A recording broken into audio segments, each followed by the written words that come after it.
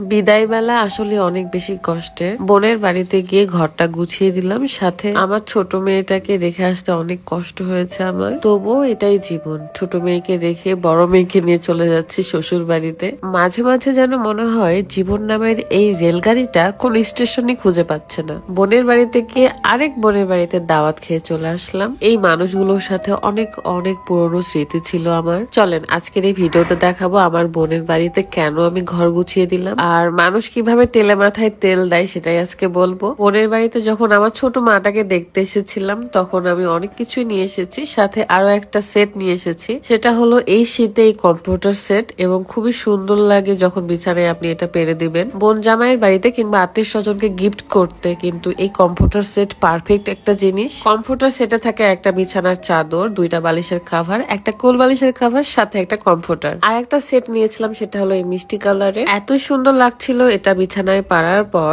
সারা home textile এই Facebook page থেকে আপনারা সুন্দর সুন্দর কম্পিউটার সেট পেয়ে যাবেন। আরো অনেক কালারের আছে, আপনারা আপনাদের পছন্দ মতো নিতে পারবেন। নিজের ফ্যামিলির জন্য, নিজের জন্য, সাথে কাউকে গিফটের জন্য কিন্তু পারফেক্ট একটা জিনিস। তো সেই চিন্তা থেকে আমি আমার বোনের বাড়িতেও নিয়ে গিয়েছিলাম। আমার ছোট বোনের শ্বশুর বাড়িতে গিয়ে আমার ঘর গোছানো থেকে শুরু করে রান্না বান্না করতে আমার মোটেও খারাপ লাগে না। যদিও বা সবাই আমাকে খুবই ভালোবাসে, আমাকে কিচ্ছু করতে দেয় না, কিন্তু আমি নিজে থেকেই করি। তো আমি আরেকটা আপুর বাসায় দাওয়াত পাই, সেখানে দুপুরবেলা চলে গিয়েছিলাম। এখানে এসে দেখি আপু হরেক রকমের আচার বানাতে পারে। দেখতেই পাচ্ছেন প্রত্যেকটা আচার কিন্তু খুবই লোভনীয়। এখানে ছিল তেঁতুলের কাশ্মীরি আচার থেকে শুরু করে বড়ই, তেঁতুল, চালতা, গরুর মাংসের আচার, হরেক রকমের আচার ছিল। আর প্রত্যেকটাই আপুর নিজ হাতে বানানো। এত খেতে না পেরে আমি তো প্যাকেট করে নিয়ে এসেছি। আপনারা চাইলে আপুর কাছ থেকে অনলাইন থেকেও কিন্তু এই আচারগুলো নিতে পারবেন। এটা হলো কাশ্মীরি তেঁতুল, এটা মোটেও কিন্তু বেশি টক না, একটু মিষ্টি মিষ্টি। সাথে আমরা যাওয়াতে একটা কেকও আপু তৈরি করেছিল, যেখানে লিখেছিল যে ওয়েলকাম বিথি।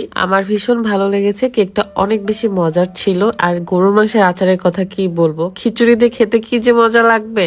সব আচারে একটু একটু করে আমি ট্রাই করছিলাম। যাই হোক, লাঞ্চের আগে আমরা যেভাবে আচার খাইতে শুরু করছি, পেট তো ভরেই যাচ্ছে। এখন মজার মজার খাবার পালা। এখানে হাঁসের মাংস, মুরগি, গরুর মাংস, ভাজি, ভর্তা, রোস্ট, কাবাব, পোলাও, ভাত সবকিছুই ছিল। মানে আমি কোনটা রেখে যে কি খাবো আমি বুঝে উঠতে পারছিলাম না।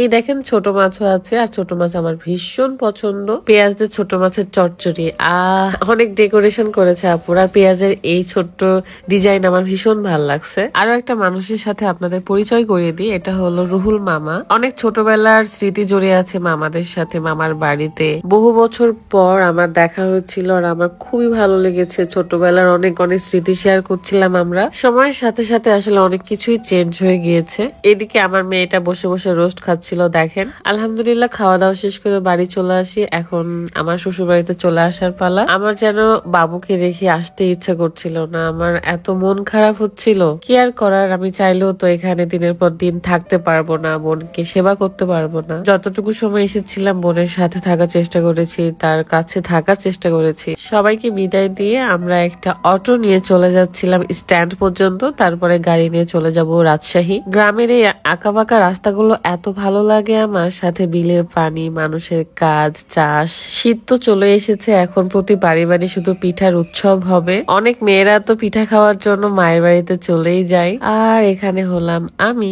সো আজকের মতো বিদায় নিচ্ছি। সবাই ভালো থাকবেন, সুস্থ থাকবেন। দেখা হয়ে যাবে আপনার সাথে নেক্সট ভিডিওতে। আল্লাহ হাফেজ, আসসালামু আলাইকুম।